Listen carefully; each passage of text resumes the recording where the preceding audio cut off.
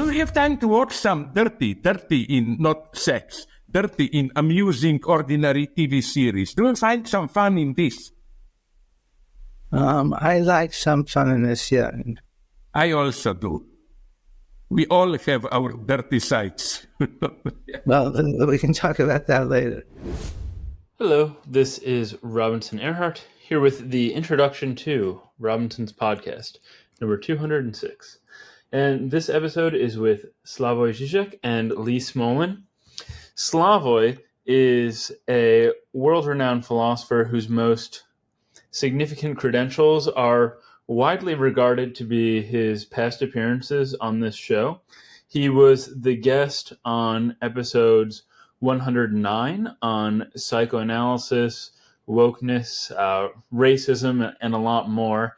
And then also episode 118, where he joined me and Sean Carroll to talk about quantum mechanics, the multiverse, and time travel. And I should not neglect to mention that he also most likely joined PINS. Then Lee is a founding and senior faculty member at the Perimeter Institute for Theoretical Physics. And Lee's scientific and public communicative achievements are likewise dwarfed by his appearance on this podcast. In his case, it was episode 148, where we talked about presentism, the philosophy of mathematics, and the philosophy of physics. But in this episode, I am the happiest wallflower there ever was, as quote-unquote we talk about time, space, superposition, and other concepts at the core of physics, as well as postmodernism, the Big Bang, problems with democracy and European immigration, and then some off-color jokes and a lot more.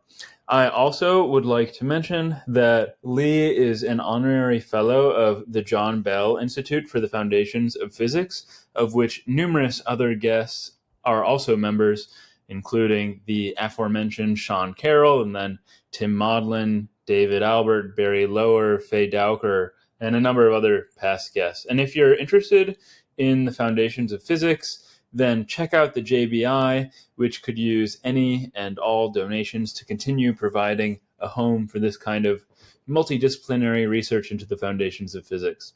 Otherwise, please subscribe, review, like, and if you're listening on Apple or Spotify, then please hit that 5-star button. I know it is not that difficult, but it would mean a lot to me because I will not rest until I have that 5-star average back.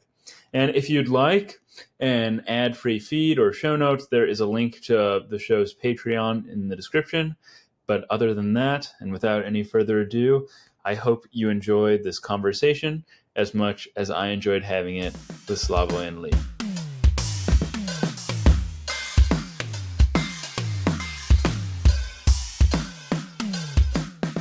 Slavoj, I mean, how did you first become interested in Lee's work? It's so primitive. I mean, for decades, quantum mechanics interested me, but it took me some time to learn to distinguish between guys who are just popularizers, Yes, Especially, I hate it if they are popularizers in this pseudo New Age way. For example, you remember, Lee, you must know this, when, was it a year ago, I think a little bit more, when the 3 guys got the Nobel Prize for proving faster than light entanglement contact, immediately there were some idiots from India. I'm not saying Indians are idiots, they are the best mathematicians, but some idiots who said, oh, this proves that Upanishad is right, that there is a universal spirit which moves across time, that, and so on. So it took me some time to get people who at the same time are seriously taken as quantum physicists, not just this popularization, but at the same time, not so much write in a popular way, but, and that was the origin of my love for you, that they begin to ask that they break what at least is popularly called Copenhagen orthodoxy. To put it in vulgar terms, sorry, you want to say something? I talk too much as usual. I'm a terrible interrupter, as I'm sure you. So let me tell you, name that as far as from my point of view, name where I think it fashions you in. Because it's very important to distinguish as you are popular literature from scientific intellectuals or public intellectuals who are aiming for the public, but also aiming to influence other scientists. And the person who invented this genre of writing is called John Brockman. He's a literary agent who does mostly scientists who write books for the public. I didn't know. You know what else? Do you know the genre I'm talking about? Yeah, so people in this, we write in biology and intelligence and physics and all cosmology and all kinds of things. We always aim our arguments at other professionals and invite the public to look over our shoulders as we debate with them. So that's what you're liking. And that's what I hope so. But another thing, that's why I mentioned Copenhagen orthodoxy. People like you break out of this old dogma, calculate, don't think. The prohibition of basic philosophical or ontological questions. You know that everybody knows that famous Niels Bohr's statement, there is only one ordinary reality and all that quantum mechanics is doing are just calculations, the way you talk about reality. You are returning to philosophy without losing science. That's my point. I'm trying to. It's not entirely easy, but I'm trying to. Can I make a few other distinctions? Let me make a few distinctions. Yeah. There is a field of professional philosophers who work on quantum mechanics. They're very good technically, and some of them are very good imaginatively. But they take narrower routes than I take. And the reason is that they believe that the purpose of philosophy in quantum physics is to clarify things. So they see they're not professionally trained philosophers, most of them. But most of them are working in groups of history or philosophy of quantum physics. And they take quantum mechanics as it was written down by Bohr and others, as given, as revised in the 50s and 60s by the contemporary philosophers of physics then. And I take, and a few other of my colleagues take the view that that's unnecessary and a waste of our time, because quantum mechanics is wrong. We say it again, quantum mechanics is wrong. It gives the wrong description of nature. And our job as physicists, because I am a physicist, is to find the right way of writing about and talking about quantum mechanics. And if I sometimes find inspiration and help, as I do, from philosophers, it's because philosophers, some of them, carry the history of the debates which are important for me and the people that I work with. You know where I see not philosophy but topic interests in philosophy? You and Carlo Rovelli. All the time that I read you, you emphasize we are personally good friends, but we came to almost opposite conclusions. We're the best of good friends. I'll ignore the occasional, smoking LSD with my cats genre and this stuff, and take them very, very seriously. Carlo is, when you know somebody is a good friend, you know them over their whole life. And the Carlo that I know is very, very studied from the Carlo that I knew 20, 30 years ago. He's really taking it seriously if you're going to try to do philosophy in any domain and do it worthwhile. You have to study, you have to work. And also I had to study because he's a European. And so the things that are easy references for him as a European are not easy for me as an American. Yeah. Focusing on these same issues. So just to be able to talk to my best friend next door We both had to do a lot of studying. And I think it enriches the field. Yeah, but the big difference I see, and I'm here, sorry, for philosophical reasons, because I cannot pass qualified judgments really on scientific matters, is, to put it in very primitive terms, time versus space, you know. Yes. You have this big formula that I put it here. It's one that time is the least illusional thing we know about. And although Carlo tries to show that neither time nor space is basic, but I think he is more leaning, if Carlo were to choose at a gunpoint, time or space, he would have chosen space as more fundamental. His idea, big, is that it's a famous segment, you must know it, that precisely in contrast to you, that time is an effect of our ignorance. Time enters because we don't know it all. Yes, and that I learned to understand recently. I can tell a story about that. But let me introduce him. By the way, while we're telling stories and telling stories of people, it's always important to not forget the women in the story. So the woman who loves is, let me start again. Speaking about women, where should I locate a person who is now mega popular, at least in Europe? Sabine Hossenfelder. Sabine is in Germany and Frankfurt. I know, but is she purely, really also a scientist or more a popularizer?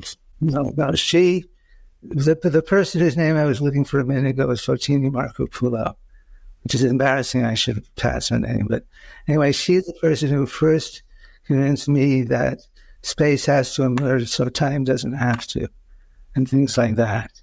Now, Sabine has a different history. Sabine is an elementary particle theorist who works on the phenomenology. And when we say phenomenology, we don't mean what you mean by it.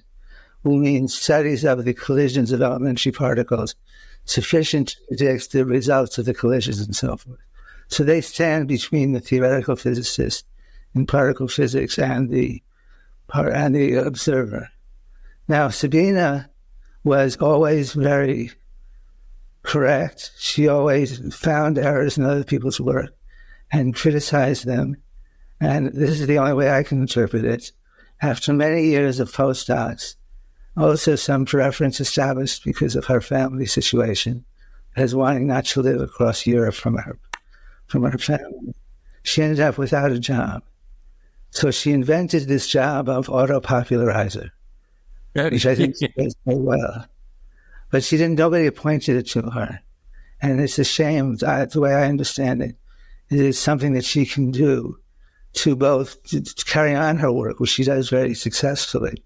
There's a number of other things, the number of my favorite ideas that were wrong, and she showed why they were wrong. And we wrote several good papers together as well. But I think she deserves much more as a professional physicist. But what she's making a good living with, is this professional popularization. And she is tough. She doesn't give any prisoners in debate or discussion. I noticed this, as you put it precisely, that she doesn't take prisoners. Yeah. Yes. But may I go a little bit further? You know,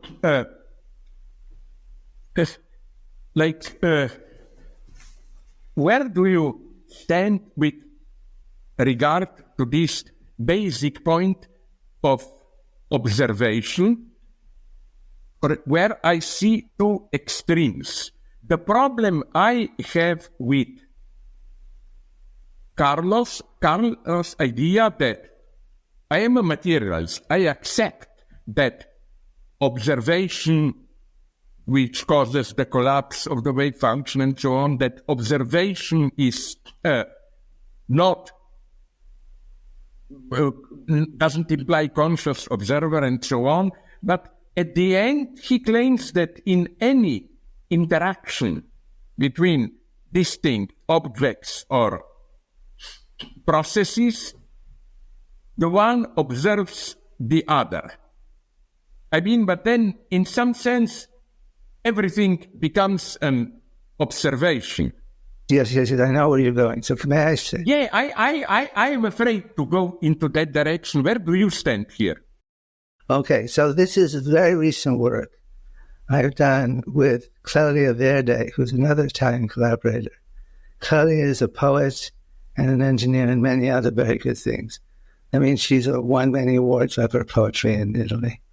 And we've been working together on the notion of time in cosmology for 3 or 4 years, since really the panic began over the virus.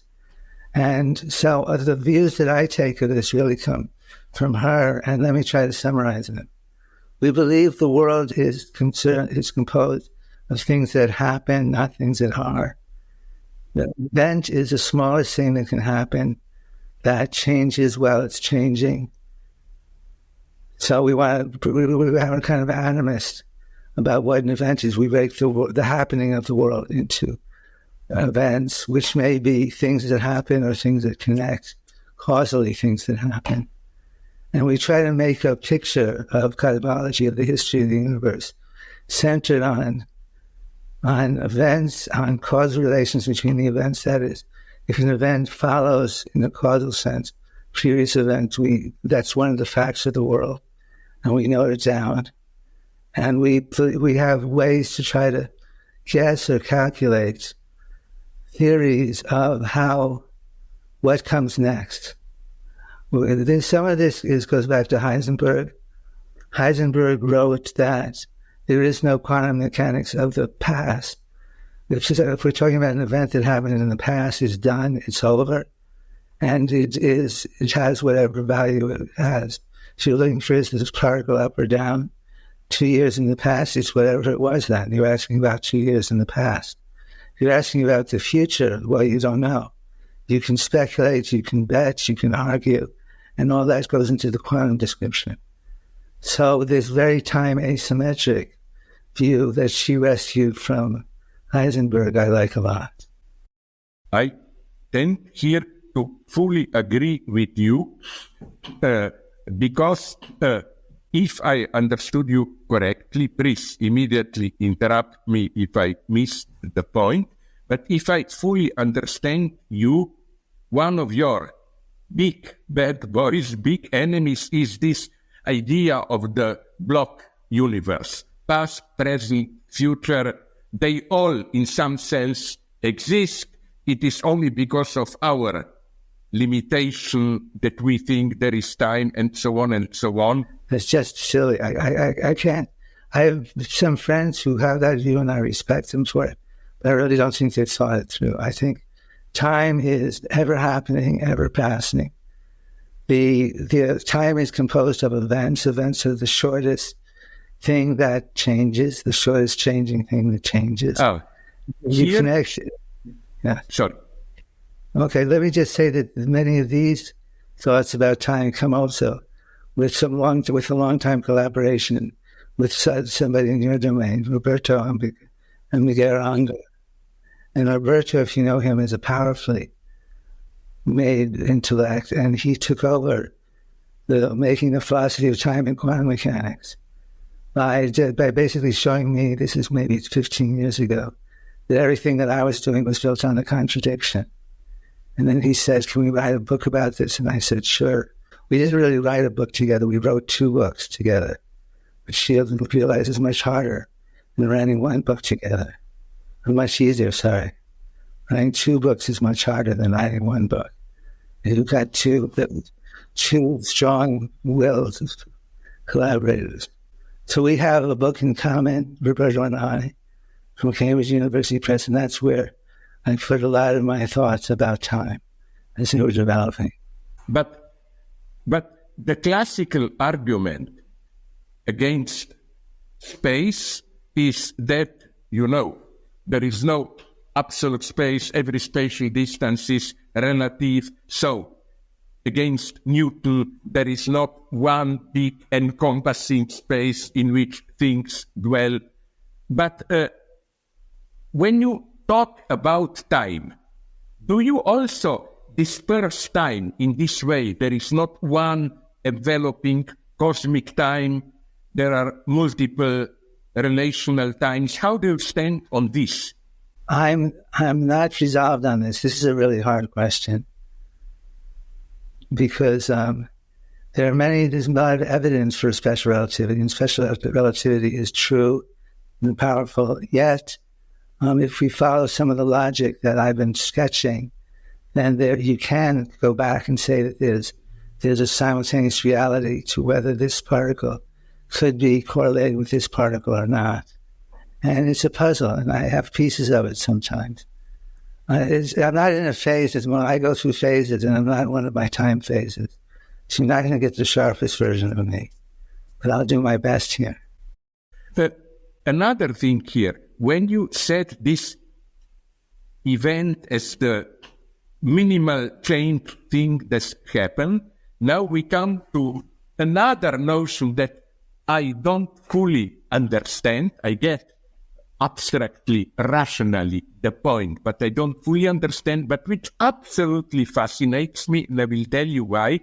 Is this part of your past, or you still cling to it?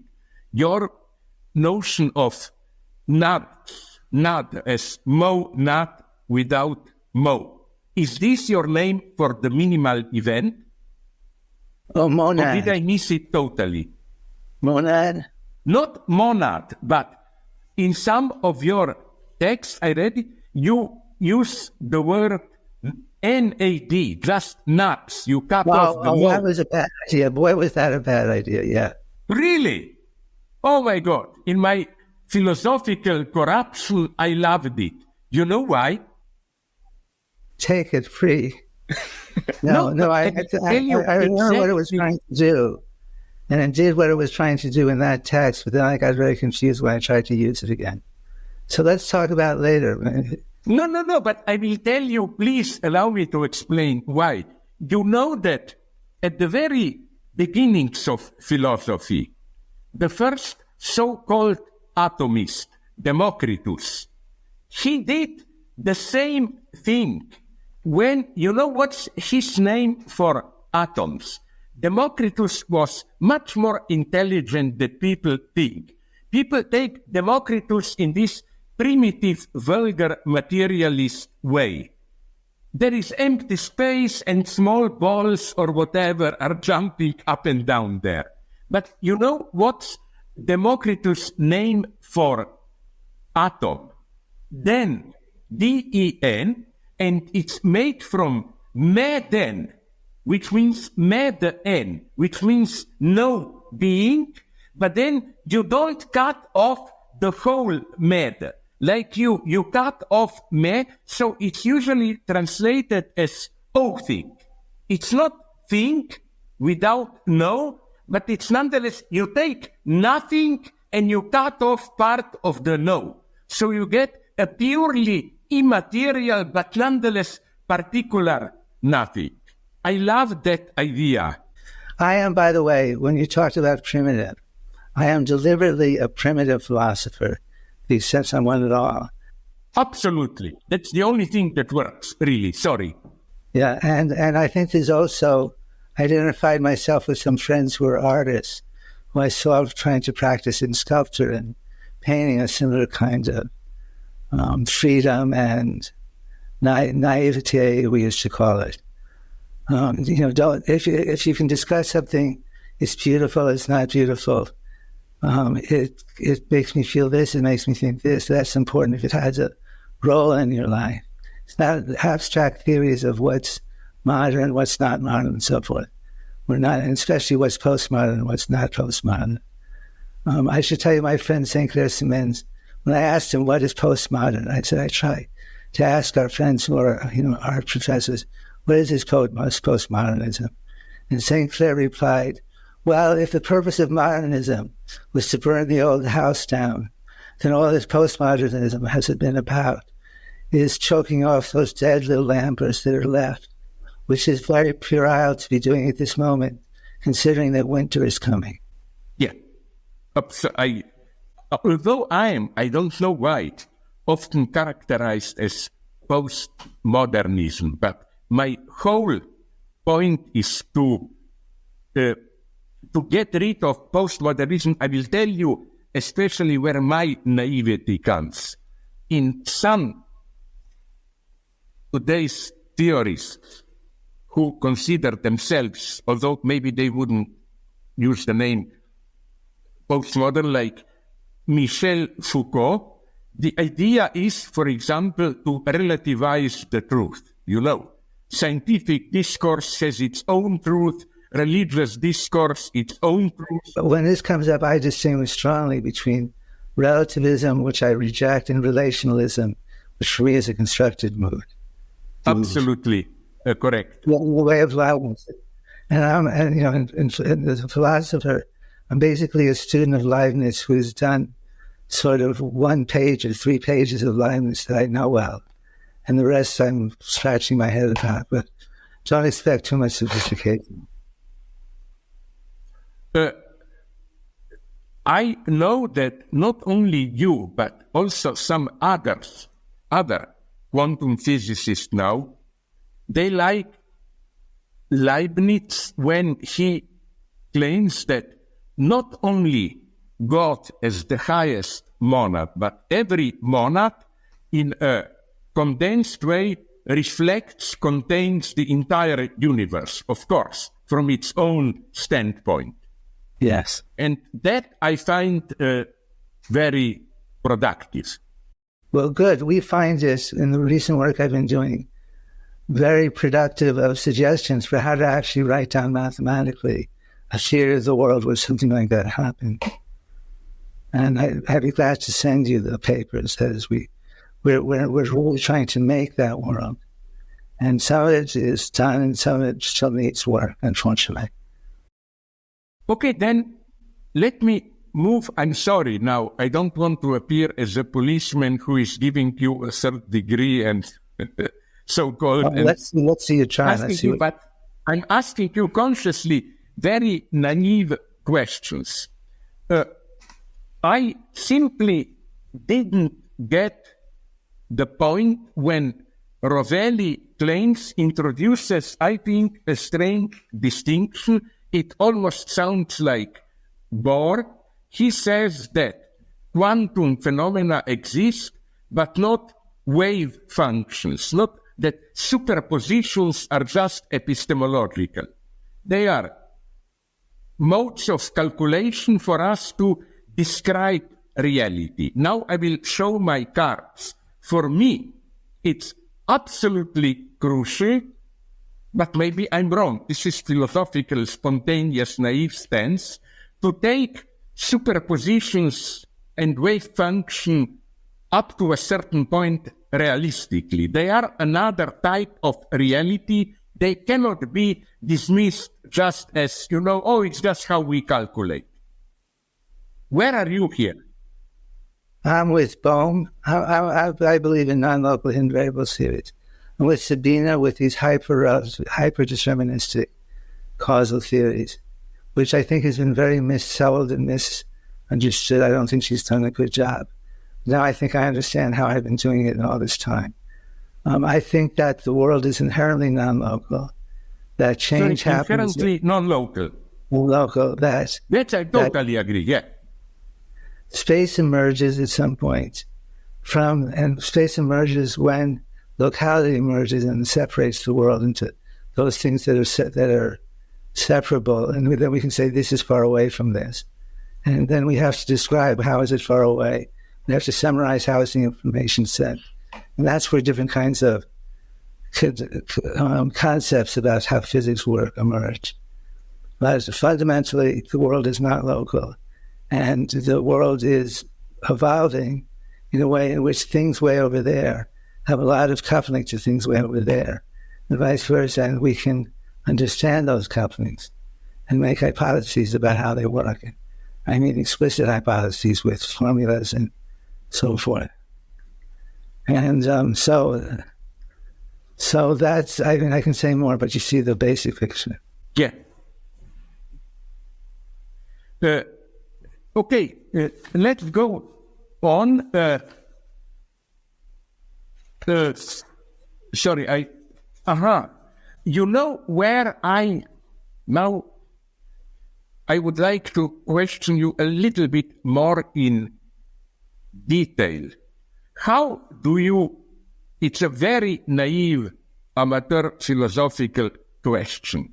You not only feel a proximity to Leibniz's idea of monads, but also to his principle of sufficient reason or reasons. How do you combine this with this, for me, which is the basic lesson of quantum mechanics, this indeterminacy, openness? Yes. How do I collect them? First, mathematically. So with Julian Barber, do you know Julian? Yeah, Julian, not personally, but yes, and yeah. Yes, okay. Well, he was sort of my philosophical mentor just when I was getting my PhD. And the mentorship started when I was visiting him with a friend. And he said, you understand how this works just like Leibniz? And I said, who's Leibniz? And he said, we have a lot to talk about. So I spent the rest of the month there and went back many times. So for me, there is a function called the variety on any set which you would want to call complex. And how you define variety, we consider any pair of, what are they called? Let's call them views. What we see around you. When I look that way, I see a view of the world. When I look that way, I see a view of the world. We can talk about my entire view of the world. It's what I see when I look back in time. And if you compare my view with your view, you get a measure of the distance between us, which exists whether or not there's space between us. But the more different our views are, the more likely we are to be different, situated in the universe than we are. And then you sum that over all, you average that over all the pairs of views in nature. And that we call the total variety. And that we posit that is the variational principle. That is, Newton had his variational principle, the energy minus the potential energy, and so forth. And this is our proposal for an action principle. And if you take this apart, and there's a lot of work involved here, and go down, identify and then go down to a non-relativistic limit, you find, in Bohm's theory, there's a special function that exists on the configuration space, which tells you how the non-locality propagates. And we recover in that situation exactly Bohm's function. So that's specifically how we go from a notion of the world has as much variety as possible to the actual laws of motion of that world. And that's the best way I understand it. There's more obviously to say about it. But recently we've been making things work that is doing different subsystems of the universe. Of course, a very important question is how you treat a subsystem in a world like that. And it's very important also is really our first postulate, which we either borrow or steal from Leibniz, I'm not sure, which is that it asks the question, you have a theory of parts of the universe. I mean, Newton's laws or quantum mechanics are good descriptions of parts of the universe, but they don't tell you how to fit just a description of the world from all of the world together. And the reason is that if all of the world is in one description, then the observer and this world are all tied together. And I have to figure out how to make that work really mathematically. And so that's our first principle, that a theory of cosmology must be fundamentally different than a theory of a small part of the world because of the different ways that they interact with their observers. Whoa. I'm sorry. And so we'll start there, and I should send it to you, but recently I'm trying to build one text which has all this in it. Actually, I'll tell you, may I show off a little bit one thing? The current thing that I'm playing with is an idea that the world is not described by a mathematical function evolving. The world is a game or a set of games. And when you learn physics, you learn to play a game. You're playing with the other users, with the other players, or even maybe against the universe itself. And we've been trying to find ways to start with that principle that the world is really a game and develop. But aren't there, now I will, refer to another thought of yours, which, again, of course, I cannot fully get the scientific details, although it's a more philosophical point, when you emphasize, together with some others, as far as I know, that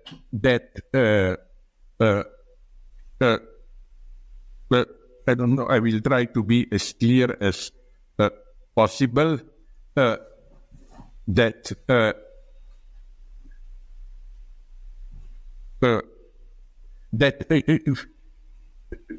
it's not that we have natural, eternal laws, and then we apply these laws to matter, that laws, natural laws themselves evolve almost in a Darwinian way.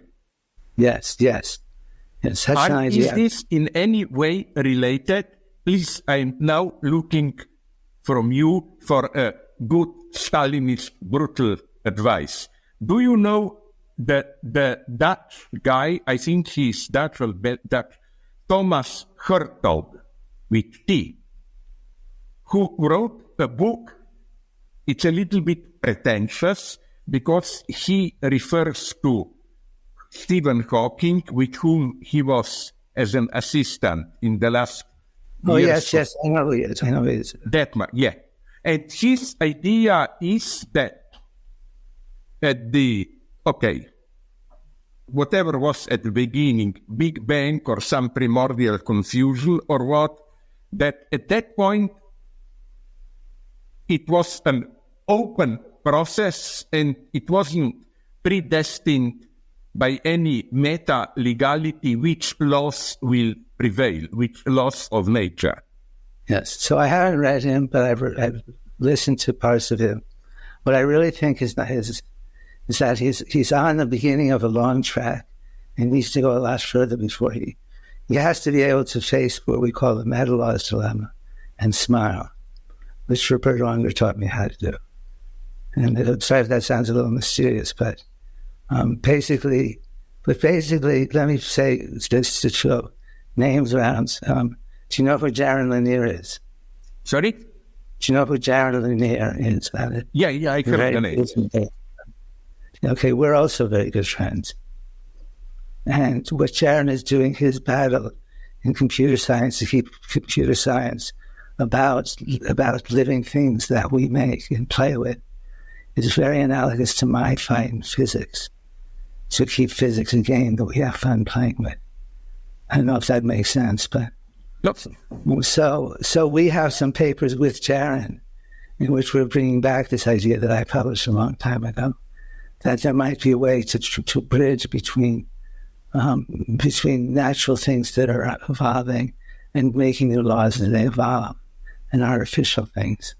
But we're just at the beginning of this. But Jaron is working with some very bright young people now at Microsoft. And by the way, if you haven't met him, please meet him. But you still basically, as you told me, want to be a scientist. But nonetheless, what fascinates me, it's now, for example, the Big Bang and all that. Aren't there so many totally different theories which are advocated at the same time? You are, I think, which is also to my spontaneous sense, what I tend towards, you have this repeated Big Bang, no? Big Bang implodes. For me, the Big Bang, there are a lot of people who are saying the details of the radiation that comes out. So that's all good science, but it's not addressing the fundamental questions of how did the universe pick its laws, whether they're temporarily or long distance. And you have to go through a lot of thinking, at least I had to try to think about what language to use to attack a question like that. But there's, I'm not there aren't, I don't mind this at all, let me say it before. I don't mind this at all, but it happens that after an interesting career, I'm not at the head of a small, big band of marching physicists who echo what I say. I'm walking along. I have a few friends with me. I have a few students who sort of seem to come from nowhere and come and work with me. And I'm sort of very minimally staffed, shall we say. My project is very minimally staffed. But we seem to be getting somewhere. Okay. Can I ask you another question which I find interesting, but from my, again, naive standpoint, I have some problems. Your idea, it's not even scientific, it's more a general view about some kind of a link between scientific development, science develops, it has to be replaced by new insights and so on, and democracy. I see your point there, but I'm just more of a pessimist here. Pessimist in the sense that first, when we talk about progress, what about regress? Don't we live now in a time of things regressing?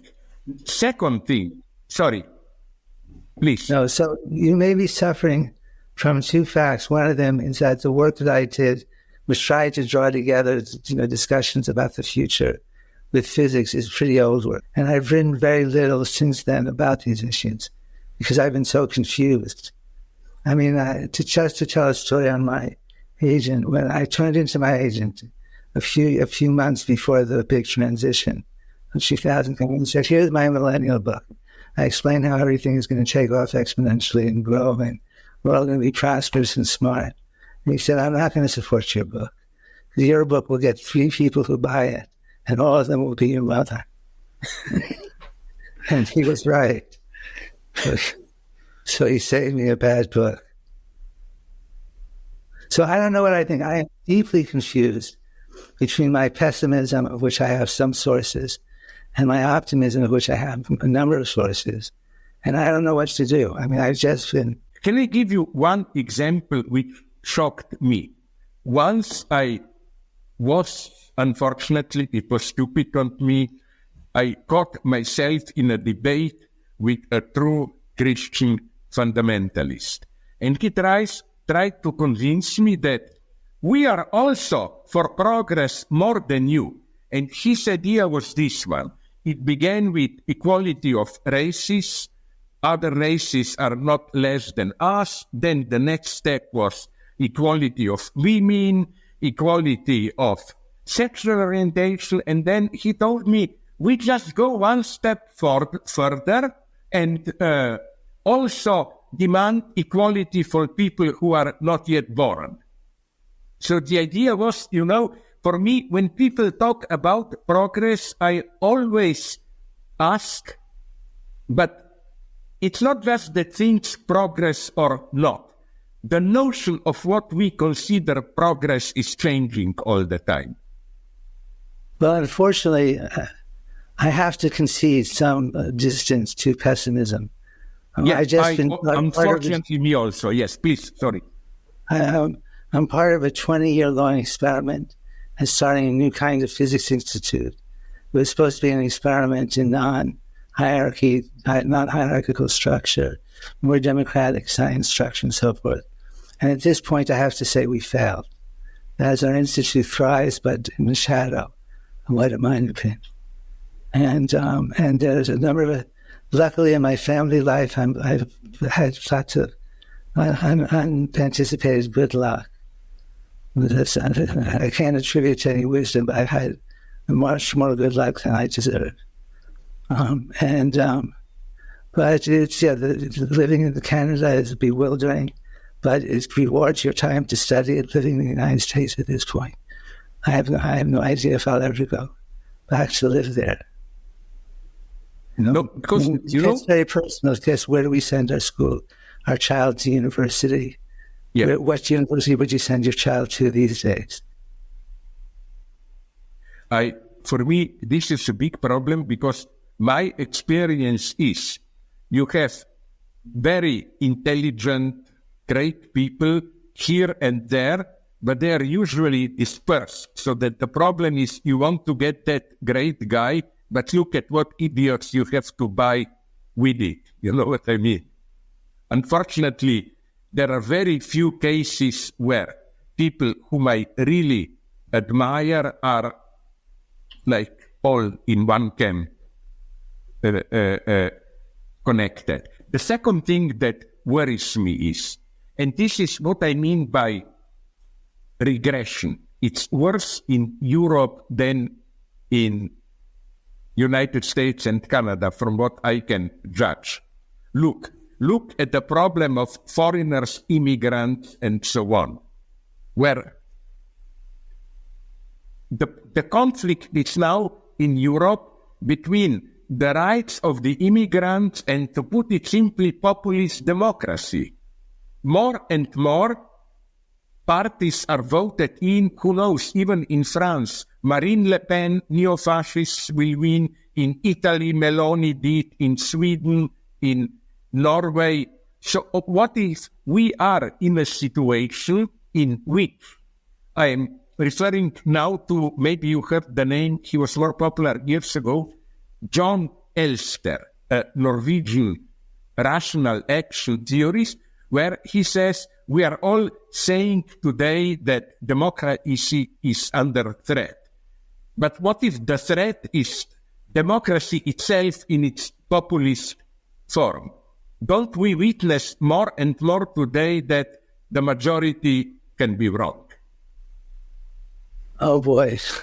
No, it's sad. It's very sad. It is very sad. And, you know, if I were in an American campus right now, I would have a hard time. I mean, the students would come and they would say, come out on the streets with us for Palestine. And I would say, yes, but. And my Israeli friends would say, come here with us. And I would say, yes, but. And I would have nothing but sadness to communicate back with them. The saddest thing for me is this. In the failure of the left to counter populist neo-conservatives with a convincing story, vision of the world, however you call it. All the left is offering now is what we call this cancel culture, woke, and so on. So if I have anything to offer, it's in the formulations of relationalism. So relationalism says you can have different points of view as long as there's a central region of discussion where you agree about the definitions. You can hope to resolve your differences. And that's a dumb thing to say, but that's as much as I can say. That's the difference between rationalism and relationalism. But I think we're way beyond the debate being at that stage or that level, discussing in philosophy class. But I don't know. I'm partly. I'm puzzled, and I'm wondering what to write a next book about, for example. You know, because I have opened. I could write another book. I could write another book about science, but I've kind of said it's what I have to say for now. And on wider things, I'm just puzzled. I walk around thinking, what the hell is going on? And because, you know, what worries me, and here I try to use as a vague metaphor, quantum physics. Till now, we usually had, if you are a conservative, if you are a liberal, if you are a progressive, one single story. For example, for old socialists, capitalism was first good, then it brought too much self-destruction, we have to move on and so on. But today, aren't we caught in 3-4 potential catastrophic directions? We have ecology, warming, we have threat of war, we have cultural wars and so on and so on. And this is such a messy situation where it's very difficult to reduce this to a simple narrative. for example, in an old Marxist way, to say, oh, it's all rooted in capitalist dynamic. It may be, but it's still a mess, I mean. And unfortunately, that's true. I may be starting to work a little bit with a political scientist, Tad Homer-Dixon, who likes to talk about polycrisis now. I don't know if that's a popular word or not. Trying to understand how all the different crises can happen together, but I don't. It would be just a start. I don't think.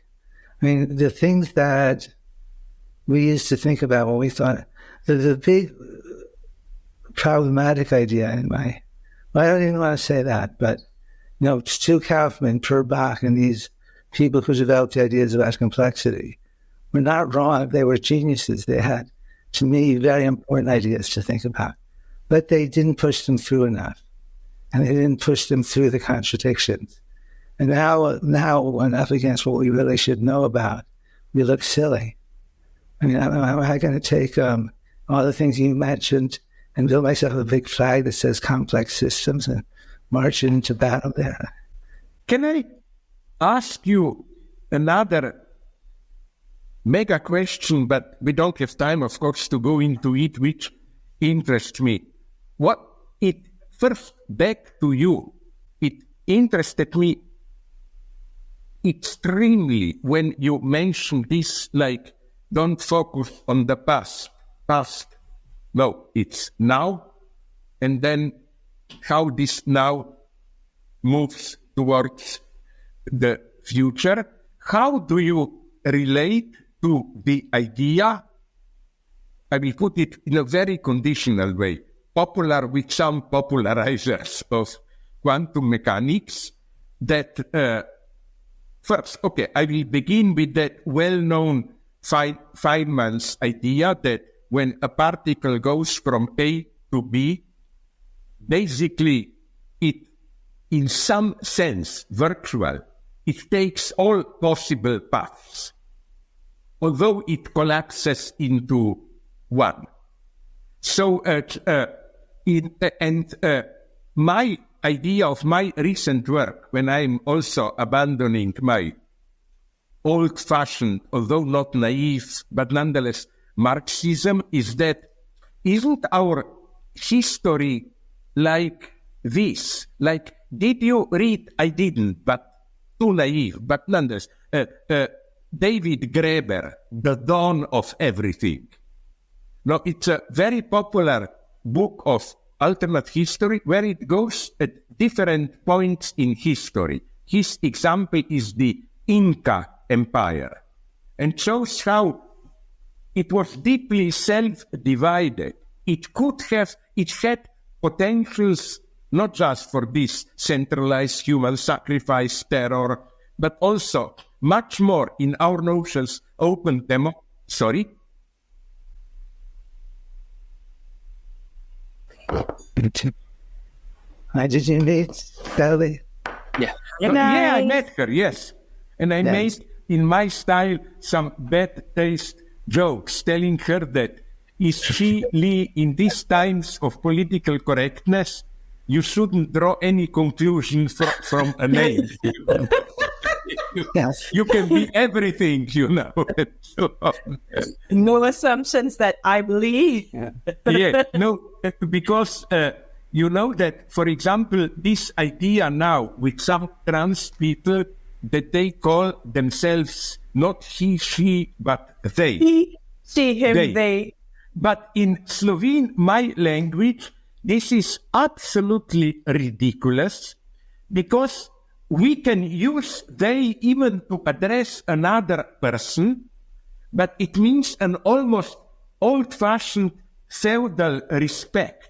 If you meet an extremely strong, in the sense of authority, person, you don't say, even in this polite way, you say, would they like to do this, please? Would they?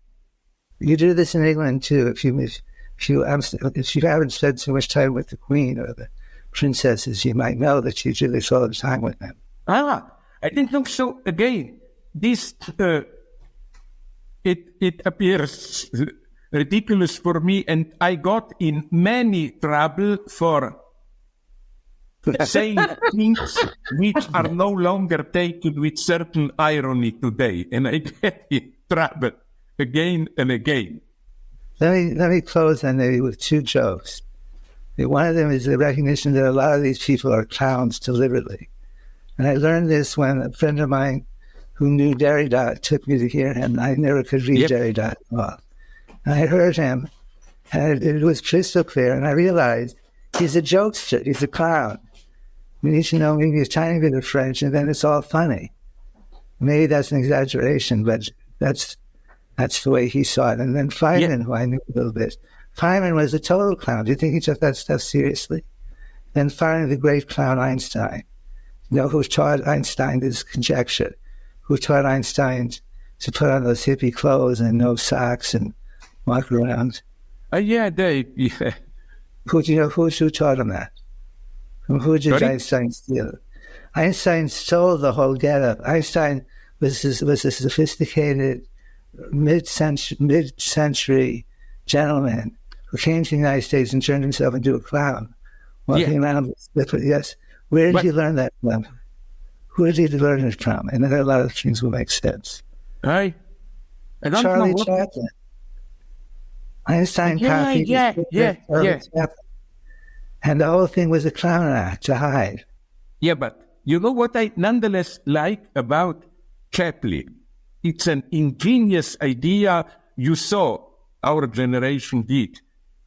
Chaplin's movie, Great Dictator, is that Hitler was a horrible clown, but he was not a dignified person of authority. Hitler was a clown, basically. Right, yes. That's crucial to understand, I mean. So I think that when I look around trying to make sense of everything that's happening, it doesn't hurt to try a day where so-and-so is just playing a clown. But anyway, we've gone far afield. I certainly don't know anything about that. If you will feel better, and I will conclude with my very benevolent, loving joke, as a Stalinist, I order you to get better. If you don't get better, KGB will come after you. Well, actually, I am much better. It's another discussion, but I am much better than I was a few months ago due to surgery. There's a brain surgery for Parkinson's, and it actually works. I didn't know this. You see, I thought Parkinson is Parkinson. You just postpone it a little bit. I didn't know you can do surgery. This is vibrating, but not much. This is more than surgery. This is putting electrodes in the brain and shooting 5 volts of random current into the brain.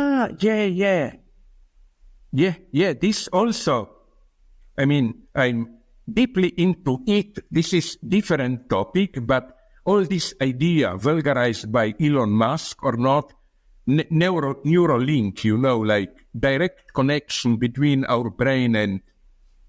Is this a serious thing that will happen? What will be? I don't know anything that makes me think it's serious. Because I do know some of the crazy young generation of capitalists who are already trying to get patents to run these devices off and make money from them. But we'll see. Well, anyway, thank you very much. Thank you. I'm so sorry. I had so many more things because just to conclude, what really interested me would be this idea that I find with some version of quantum physics of this retroactivity. Something contingently happens, and based on this, the past appears in a new way. This reconstructing the past, this is what philosophically absolutely fascinates me. And I would like, let's get this for another, because, my God, I'm so honored that you found strength. Do you have time to watch some dirty in not sex, dirty in amusing ordinary TV series? Do you find some fun in this? I like some fun in this, yeah. I also do. We all have our dirty sides. Well, we can talk about that later.